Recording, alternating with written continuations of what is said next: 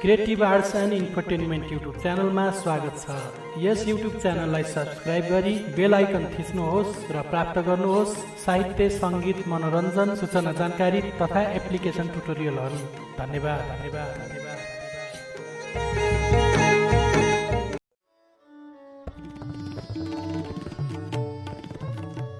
नमस्कार, creative arts and infotainment YouTube channel हेरेर बस्नुभएका तपाईँ तमाम साहित्य अनुरागी मनहरूमा हार्दिक स्वागत तथा शालीन अभिवादन टक्राउन चाहन्छु। म मोहन विश्वकर्मा। आजदेखि हामी पुनः तपाईँहरूमाझ एउटा नयाँ प्रस्तुतिका साथमा उपस्थित भएका छौँ। अबदेखि हामी प्रत्येक सोमबार सातामा सात स्रष्टाको सृजनाका साथमा तपाईँहरूसँग रहनेछौँ।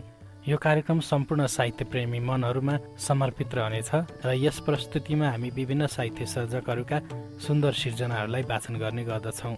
त्यसै गरी यस प्रस्तुतिलाई थप रोचक तथा साहित्यमय बनाउनका लागि भनेर हामीले फरक हप्ता फरक साहित्य विधाहरूलाई प्रस्तुत गर्ने जमर्को पनि गरेका छौँ र यसका लागि भने हामीले मुख्य गरी गजल, कविता र मुक्तक विधालाई समावेश गरेका छौँ।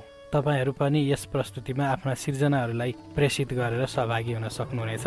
त्यसका लागि हामीले डिस्क्रिप्सनमा उल्लेख गरेका सम्पर्क माध्यमहरूमा सम्पर्क गर्न सक्नुहुनेछ। आज कार्यक्रमको यो पहिलो बसाइमा भने हामीले कविता विधालाई प्रस्तुत गर्न गइरहेका छौँ। आजको यस कार्यक्रममा 7 जना विशिष्ट साहित्यकारहरूको कविता लिएर आएको छु। कृपया कार्यक्रमलाई अन्तिमसम्म हेरेर र सुनेर साथ दिनुहुन्छ भन्ने भरपूर आशा गरेको छु। यसै क्रममा अब यस कार्यक्रमलाई अगाडि बढाउन चाहन्छु साहित्यकार वासुदेव पाण्डेद्वारा रचित कविता देशभक्तिको वाचनबाट। कविता मन्दाक्रान्ता छन्दमा लेखिएको छ र कविताको वाचन यसरी अघि बढ्छ। फक्री झर्ने कुसुम गुरु झैँ नित्य सद्ज्ञान दिन्छन्, अप्ठ्यारामा विमल मनका मित्रले ज्यान दिन्छन्। लोभी स्वार्थी रसिक भमरा पुष्पमै प्राण दिन्छन्, लोभी स्वार्थी रसिक भमरा पुष्पमै प्राण दिन्छन्। कहिलेकाहीँ कतिपय खुसी साँच्चीकै प्राण दिन्छन्। मोती जस्तै टलपल गरी टल्कने शीत बिन्दु, उस्तै राम्रो टहटह गरी झल्कने पूर्ण इन्दु। देखि अग्ला हिमशिखरको स्वच्छ सौन्दर्य बिन्दु, उर्ल्यो मेरो मन परिधिमा साँच्चीकै कार्य सिन्धु। नेपालीका विविध थर छन्, भिन्न छन् चाडबाड, भेट्छौँ हामी सकल जन्मा बन्धु झैँ मित्र भाव। नेपालीका दिल दिल सधैँ छल्किँदा प्रेम सिन्धु, खोज्छौँ हामी हर दिन त्यही प्रेमको केन्द्रबिन्दु। बग्दै सेता सब हिम नदी भेट्न जान्छन् तराई, राई लिम्बू खस्म गर छैनन् कोही पराई। नेपालीकै घर हुन् शैल यी लेख बेसी, हाम्रै आफ्ना प्रियजन नहुन् बन्धु सारा मधेसी। नेपाली भई युग युग बसुन् आर्य खोलेर छाती, हाँस्दै बाँचुन् हर दिन यहाँ गर्व गर्दै किराती। आफ्नै ठानुन् गुरुङ सबले देशको मानचित्र, राखुन् कोरी हृदय बिचमा देश प्यारो पवित्र।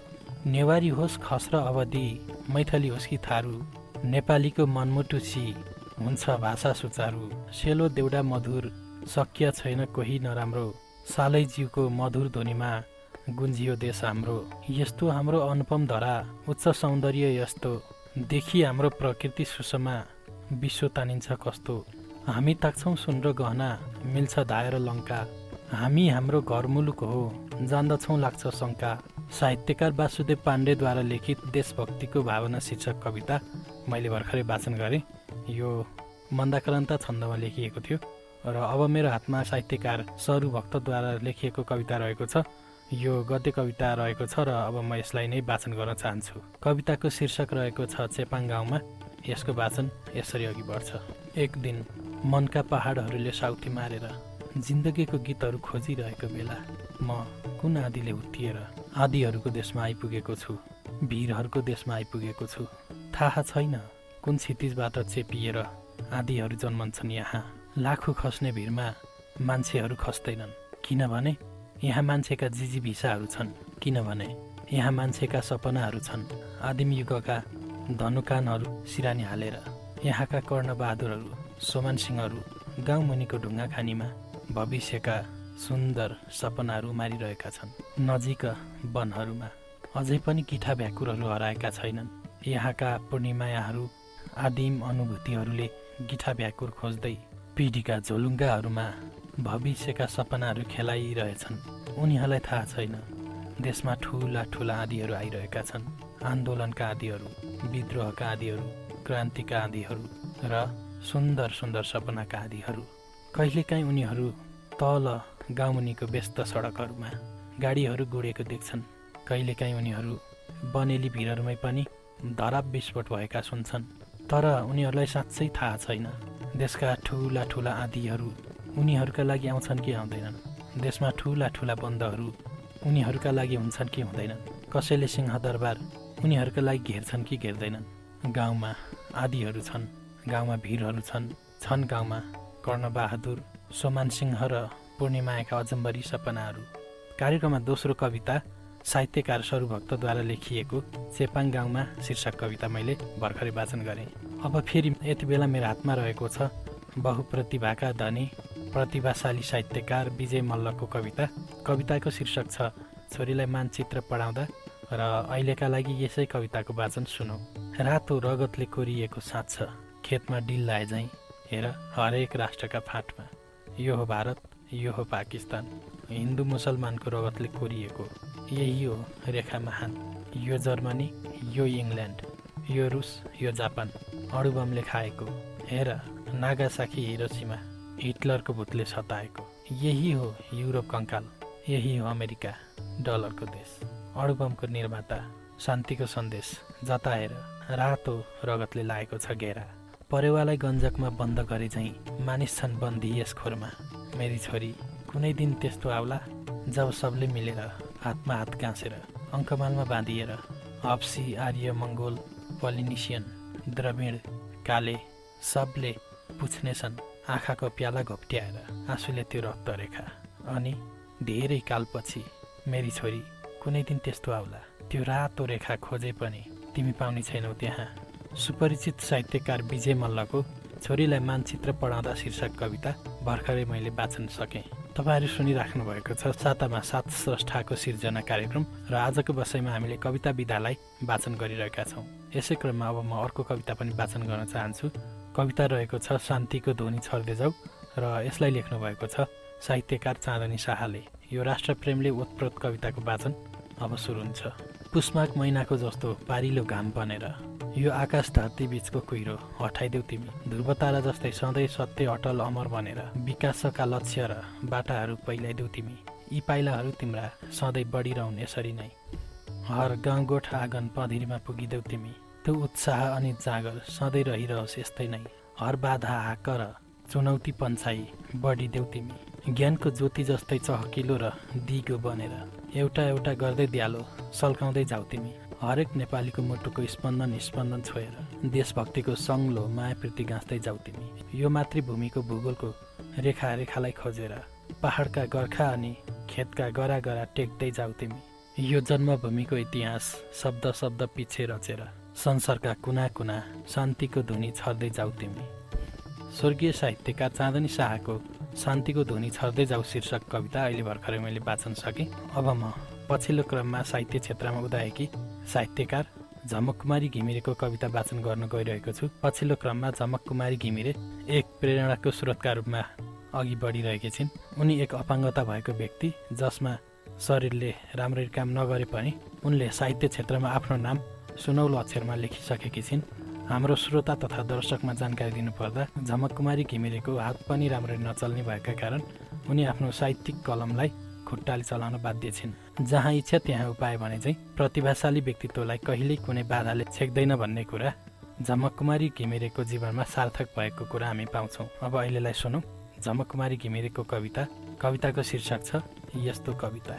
केही समय पहिला एउटा कविताको हत्या गरे जो जिन्दगीको त्रासदी बोकेर मान्छेका श्वास रोकेर स्वतन्त्रताको गला रेटेर जन्मिएको थियो। त्यो कुरूप कविता मेरो जिन्दगीलाई चाहिँदैन, मेरो श्वासलाई चाहिँदैन, मेरो स्वतन्त्रतालाई चाहिँदैन, जसको विभत्स स्वरूप देखेर मान्छेको मन आतङ्कले काँप्थ्यो।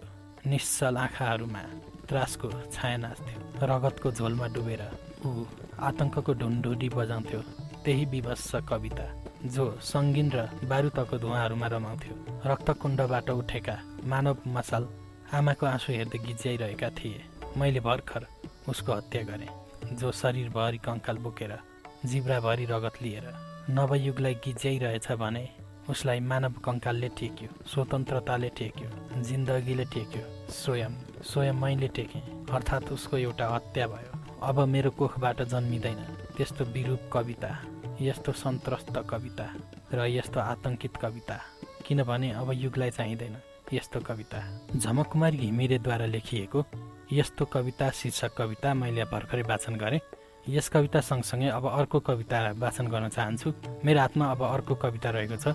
रविन्द्र मिश्रले लेख्नुभएको कविता। लामो समयसम्म पत्रकारिता पेसा अँगाल्नुभएका मिश्र हाल राजनीतिमा सक्रिय हुनुहुन्छ र आजको यस सातामा सात स्रष्टाको सिर्जना कार्यक्रममा उहाँको कवितालाई पनि वाचन गर्न चाहन्छु। यो कविता भने प्रेमिल भावले सजिएको छ र कविताको शीर्षक छ तिमी र म धेरै टाढा हिउँको सिरकमा अलि पर पहाडको पछ्यौरीमा बगानमा बहकिएको हरियाली अनि बीचबीचमा मातिएर उर्लिएर सुस्ताएको नदीमा कहाँ छैनौ तिमी र म क्षितिजका बाँकीमा फुर्किएका पँधेरी ओत र ओडारमा झरेका चियाका पात अनि नदी छेउ पानी भएर बहेको नदीमा कहाँ छैनौ हामी तिमी र म सेताम्य रङ्गिएको सासमा पहाडमा लजाएको परेलीमा बुट्टानमा अल्झिएको तुना अनि नदीमा उग्रिएको बेगमा कहाँ छैनौ हामी तिमी र म हेर्दा हेर्दै बन्द भएका आँखामा मुस्कुराउँदै मन्द भएका ओठमा हाम्रो स्पर्श आभा भावना र आवेगमा कहाँ छैनौ हामी तिमी र म मेरा कवितामा अनन्ततामा निरन्ततामा विष्णु महेश्वरमा कहाँ छैनौ हामी तिमी र म। रविन्द्र मिश्रको यस प्रेमिल कविता सुनिसकेपछि अब मेरो हातमा आजको लागि अन्तिम कविता रहेको छ। बहुचर्चित प्रतिभाशाली साहित्यकार स्वर्गीय पारिजातको कविता आजको यस प्रस्तुतिमा वाचन गर्न चाहन्छु। कविताको शीर्षक छ एउटी स्वास्नी मान्छेको अन्तर्वार्ता र कविता अब यसरी अघि बढ्छ।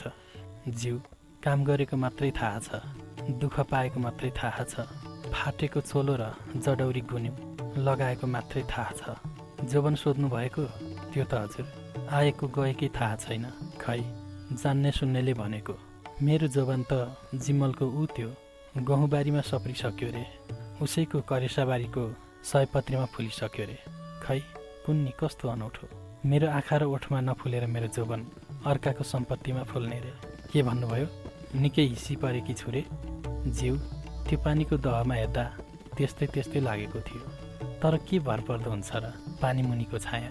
ढाँटेकी भए हजुरको मासु खाने मेरी बासै लोग्नेलाई त मैले जग्गेमा मात्रै देखेँ कि टोपीमा लालुपातेको फुल घुसारेर निधारमा 3वटा सितारा टाँसेर गालामा अलिअलि लाली घसेर आएको मेरो अधबैँसे दुला आरन जस्तै अँध्यारो र खलाती जस्तै दोस्रो थियो।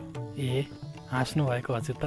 यसको गोडा पखालेको पानी खानु साँझ बिहान यो तेरो देउता हो भनी बुढी बजाइले भन्दा घुम्टोभित्र म रोएकी, खै कसरी देखाउँ गालामा आँसुको डोब बस्दैन हजुर, पहरामा खहरेको डोब बसे जस्तो। जिउ माइता त 7 खोला 7 डाँडा उता छ, मैले बालककालमा देखेकी सपना जस्तै मेरो मुटुभित्रै भएर पनि कति टाढा। जिउ जन्म सोध्नु भएको? जिउ यिनै 2 छोरा च्यासेर पुन्टे 1.5 वर्षको फरक छ। ढाँटेको भए यो आगो हातैमा छ हजुर, यो च्यासे मुखियाको घर बनाउने ढुङ्गा बोक्दै पाएकी, नाम्लो त थाप्लोमै थियो गाँठे, फरियामा पोको पारेर ल्याएँ, छाप्रोमा सालनाल काटेँ, फेरि मुखियाको धान गोड्दै हिलोमै जन्मे यो पुन्टे। हिलोमा जन्मिनेहरूलाई कहाँ लेखिएको हुँदो रहेछ र सिमलको बुवा। जिउ हुर्काउँदैछु हजुर, हुर्काउँदैछु नाङ्गै भुतुङ्गे जनावरहरू जस्तै, कुकुर र सुँगुरका बच्चाहरू जस्तै। जिउ माया लाग्छ यही बुढाकामीको, गरिबी भन्दा अर्को छनोट नै के छ र जीवनमा। म पनि त चाया र कलेटीले तर्साउने जस्तै भइसकेँ, कि म स्वास्नी मान्छे जस्तै छु र? ल फेरि हाँस्नु भयो हजुर त। जीवनको अर्थ? जिउ केही बुझ्या छैन, मेरो कामीको रङ र फलामको रङ एउटै छ हजुर, च्यासे पुन्टेको छालाको रङ र बाटोको रङ एउटै छ। म पनि त हजुर फोहोर मैला ध्वाँसो जस्तै छु, कामी रुनी होइन कहिल्यै, उसका पसिनाको रङ र मेरो आँसुको रङ एउटै छ हजुर। जिउ काम गर्नेले खान पाउनु पर्छ भन्ने कुरा भर्खर पो थाहा पाउन लागेकी छु हजुर। सातामा सात स्रष्टाको सिर्जनामा आज मैले वरिष्ठ साहित्यकारहरू वासुदेव पाण्डे, सरुभक्त, विजय मल्ल, चाँदनी शाह, झमककुमारी घिमिरे, रविन्द्र मिश्र र पारिजातका कविताहरू वाचन गरेँ। आज प्रस्तुत गरेका कविताहरू पक्कै पनि हजुरहरूलाई मन पर्यो होला। यो नयाँ कार्यक्रम हजुरलाई कस्तो लाग्यो कृपया आफूलाई लागेको विचार हाम्रो कमेन्ट बक्समा उल्लेख गरिदिनु होला। त्यसै गरी तपाईँहरूका आफ्ना सुन्दर सिर्जनाहरू गजल कविता मुक्तकलाई पनि हाम्रो यस कार्यक्रमका लागि पठाउन सक्नुहुनेछ। हामी तपाईँका सिर्जनाहरूलाई प्राथमिकताका साथ प्रसारण गर्नेछौँ। हामीलाई तपाईँका सिर्जनाहरू पठाउनका लागि यस भिडियोको डिस्क्रिप्सनमा हाम्रा सम्पूर्ण ठेगानाहरू उल्लेख गरिएको छ। तपाईँहरूले त्यहाँ पनि हेर्न सक्नुहुन्छ र अहिले पनि इमेल एड्रेस टिप्न सक्नुहुन्छ। हामीलाई सिर्जना पठाउनको लागि हाम्रो इमेल आइडी mohanbahadurBK9@gmail.com mohanbahadurBK9@gmail.com यसमा तपाईँहरूले आफ्ना सिर्जनालाई पठाउन सक्नुहुनेछ र हामीले तपाईँका सिर्जनालाई यस सातामा 7 स्रष्टाको सिर्जनामा अवश्य पनि प्रसारण गर्नेछौँ। त्यसैगरी हामीलाई उचित सल्लाह सुझाव पनि दिन नभुल्नुहोला। साथसाथै आजको यो श्रृङ्खला मन परेमा सेयर गरेर अन्य धेरै साहित्यिक मनहरूमा पनि पुर्याउनुहोला। र यदि तपाईँहरूले हाम्रो यस च्यानललाई सब्सक्राइब नगर्नुभएको भए सब्सक्राइब पनि गर्नुहोला भन्ने आग्रहका साथमा यो पहिलो र विशेष श्रृङ्खलाबाट म मोहन विश्वकर्म बिदा हुन चाहन्छु। Creative arts and infotainment YouTube channel हेर्दै गर्नुहोला। नमस्ते।